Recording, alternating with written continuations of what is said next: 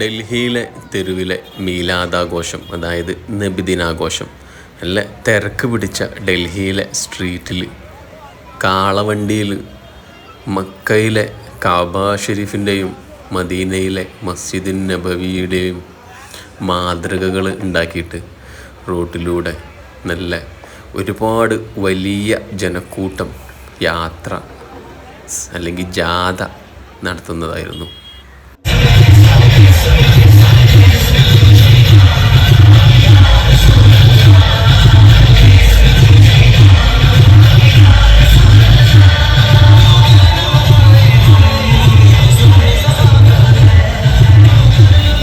പലതരം ജ്യൂസുകളും വെള്ളവും ഫുഡും പല ഐറ്റംസും അവിടെ സ്ട്രീറ്റിൽ എല്ലാവർക്കും വിതരണം ചെയ്യുന്നുണ്ടായിരുന്നു. എന്തൊക്കെയാണെങ്കിലും ഡൽഹിയിലെ തെരുവിൽ നല്ല ബ്ലോക്കാണ് ഉണ്ടാക്കിയത്.